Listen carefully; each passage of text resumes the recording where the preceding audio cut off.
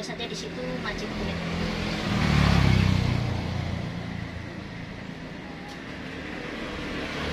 Ya, jangan macet. Ini loh. Pertanyaan kedua, kapan usaha ibu ini dijalankan? Usaha ini dijalankan ya udah cukup lama ya. Cukup lama, termasuk kita itu senior. Kira-kira mulai dari tahun berapa?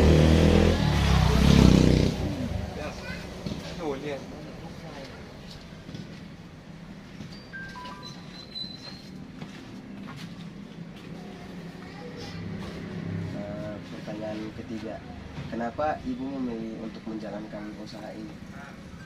Ya segala sesuatu kan yang penting kita tekuni ya, kayak gitu. Pertama, usaha ini tuh menantang kreativitas. Menantang kreativitas, kita itu harus bener-bener apa itu berjiwa seni kayak gitu. Terus keduanya itu kita kan bisa punya hubungan yang luas, contohnya relasi-relasi yang luas kayak gitu. Jadi kita tuh wawasan itu bisa lebih luas kayak gitu. Contohnya konsumen saya kan seluruh Indonesia. Jadi apa ini suka berkreativitas.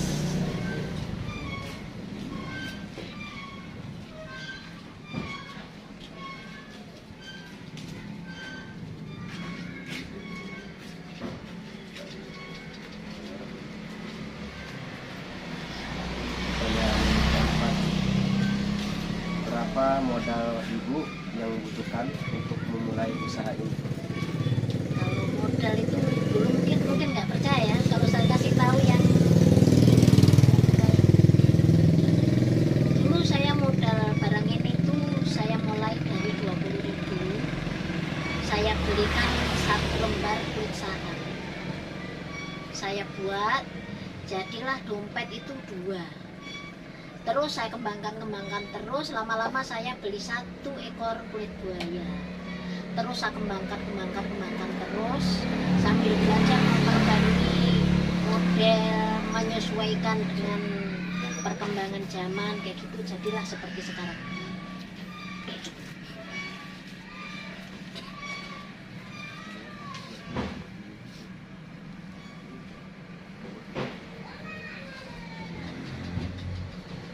Pertanyaan kelima, apakah ibu membutuhkan karyawan untuk menjalankan usaha ini?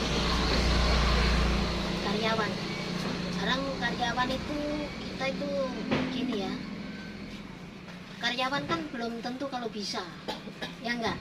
Contohnya saya sudah 3 kali tuh didik karyawan itu ya enggak ini apa itu enggak semudah itu untuk kasih belajar anak-anak itu terus bisa kayak gitu. Karyawan saya 3 kali itu kan masih remaja ya, kayak gitu, masih remaja. Jadi itu kalau toh ada yang pingin betul-betul belajar itu tuh harus punya jiwa seni, harus punya kemauan yang bener-bener kayak gitu.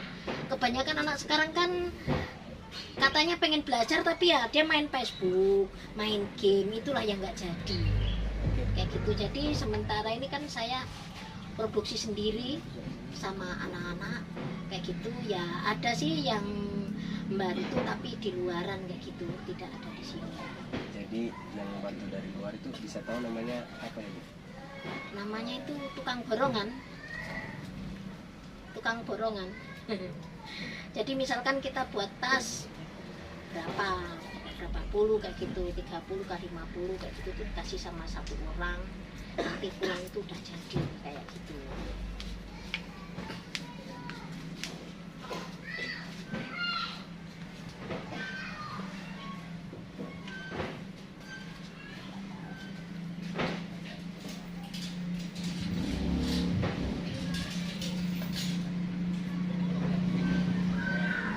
Pertanyaan kedua, berapa omset yang dihasilkan dari usaha?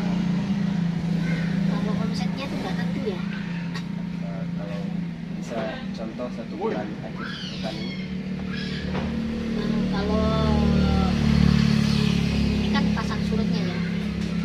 Kalau misalkan lagi pasang kayak begitu ya yang sering tuh kadang belanja online apa kayak begitu. Ini sales kami yang di luar ya, itu kadang ya lumayan banyak, tapi kadang juga kan zong, ada beberapa waktu kayak gitu zong, kadang berapa hari zong, kadang cuma laku 1-2 kayak gitu. Kita itu yang sekarang kan musimnya sepi ya, paling yang ramai itu pembeli-pembeli dari YouTube saya kayak gitu. Terus sales yang udah berlangganan kayak gitu. Kami ya kecil-kecil kayak gini ya, alhamdulillah distributor.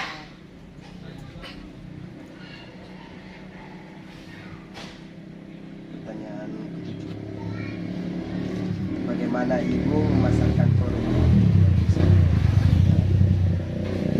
Saya pasarkan lewat WA, lewat YouTube. Contohnya nih, YouTube saya nih Masjid Kulit.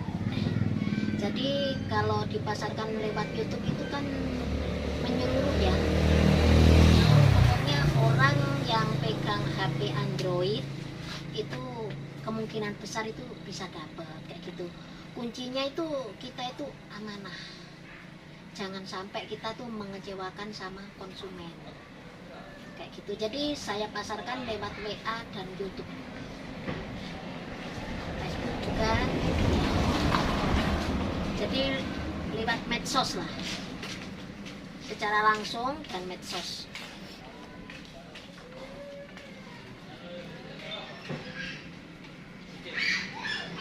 Pertanyaan ke-8, seperti apa proses pembuatan kopi? Kalau pengen lihat prosesnya pembuatan ya, silakan nanti buka di YouTube saya yang Masjid Kulit, yang berjudul itu cara membuat tas Hermes. Nah, itu ada saya videokan di situ sekitar 2 jam videonya ya. Karena membuat tas itu kan enggak sebentar ya. Kalau pembuatan dompet nanti silakan buka di YouTube yang channelnya Ardian Channel 15. Nah, di situ pembuatan dan finishing. Nah, itu di YouTube channelnya Ardian Channel 15. Kalau misalnya dasar dari pembuatan kulit buaya yang ibu hafal aja, yang gampang. Kalau pertama ya dipola. Pertama itu dipola. Habis dipola itu ditipiskan, pengipisan, penyesuaian ukuran toh. Nah, setelah itu terus di setel. Ya. Sesuai dengan apa ini model dan ukuran.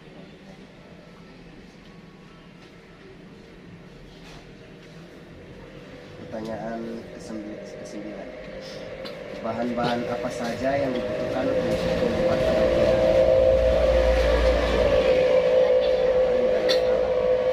Bahan dan alat. Bahan yang utama adalah kulit.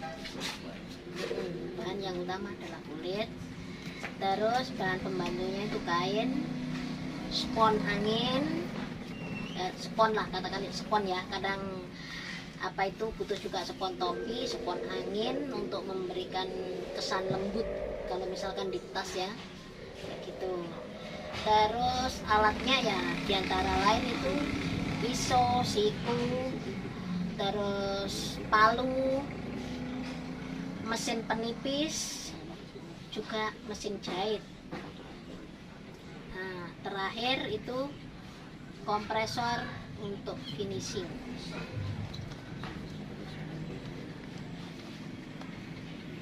Tidak lupa juga cat.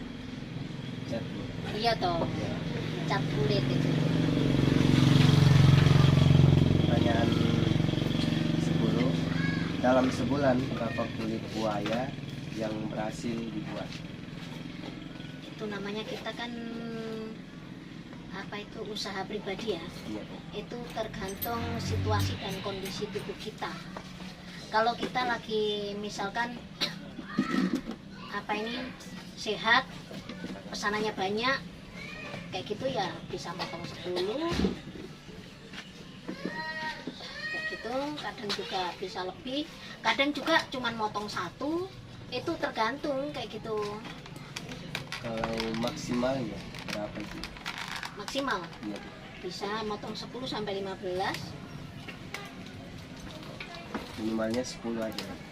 minimalnya. Iya. Minimal bisa juga zong, kadang itu saya cuman apa ini gini loh.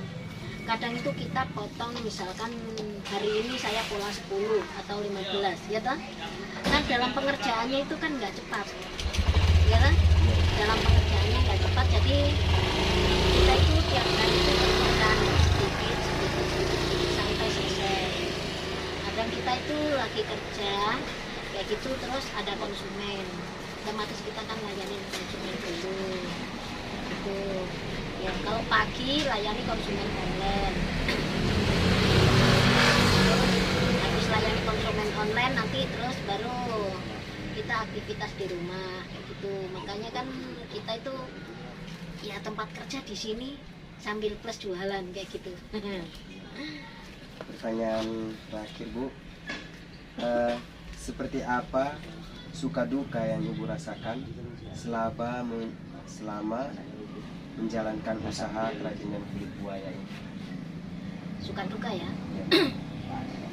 Kalau dukanya dulu ya, dukanya contohnya seperti pas corona itu ya.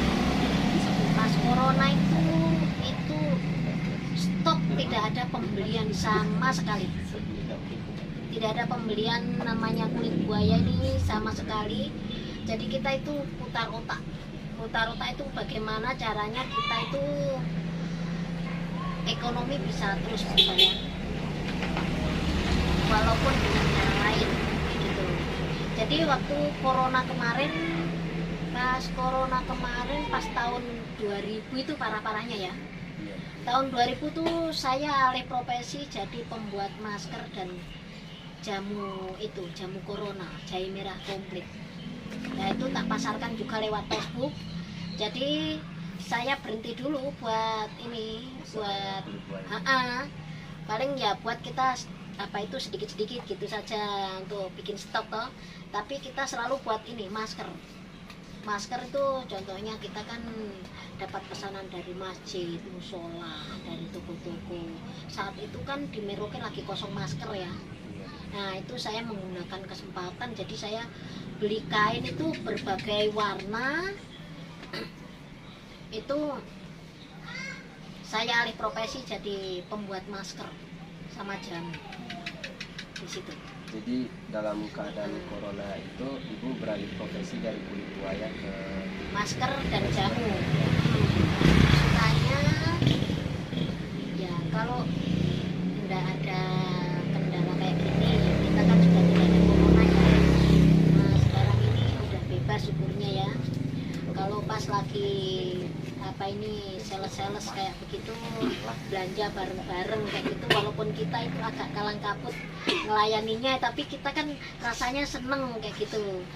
Karena konsumen saya itu hampir mayoritas itu konsumen, nanti kan saya kasih arahan kayak gini. Kalau di daerah kalian itu tidak ada kayak ini, kalian bisa jual barang saya ini cuma bermodalkan pulsa di HP kalian. Jadi bisa lihat-lihat modelnya di YouTube saya, Majid Kulit. Dan yang dipasarkan kan foto dulu. Setelah calon konsumen itu deal mau beli, diminta dulu uangnya baru dikirimkan ke saya, dan saya packing barangnya saya kirimkan ke konsumen. Jadi enggak susah, kalau mau jadi relasi saya itu enggak susah. Jadi mayoritas itu konsumen saya itu jadi sales kecil-kecilan gitu, walaupun cuma sementara. Kalau misalnya dari relasi Ibu ada yang mau membayar gitu, mereka pakai dompet online yang biasa disebut Dana atau OVO, itu biasa dipakai juga nggak? Enggak, kami mandiri ya. Jadi kami itu pokoknya konsumen yang sudah deal untuk beli souvenir saya, itu saya kasih rekening, transfer. Setelah transfer nanti mereka itu kirim bukti transfernya, dan barang yang sudah dibeli itu saya packing, saya foto packingannya, saya kirimkan ke konsumen. Setelah di pengiriman juga resi pun saya serahkan sama konsumen. Jadi belanja sama saya itu tidak harap-harap cemas. Begitu barang udah di pengiriman, resi pun saya kirimkan ke konsumen. Jadi misalkan contohnya misalkan barang agak terlambat datang, bisa dicek di pengiriman yang bersangkutan, yang tak kirimkan, entah tahu lewat JNT lah, atau pos lah, atau layan parcel lah, kayak gitu.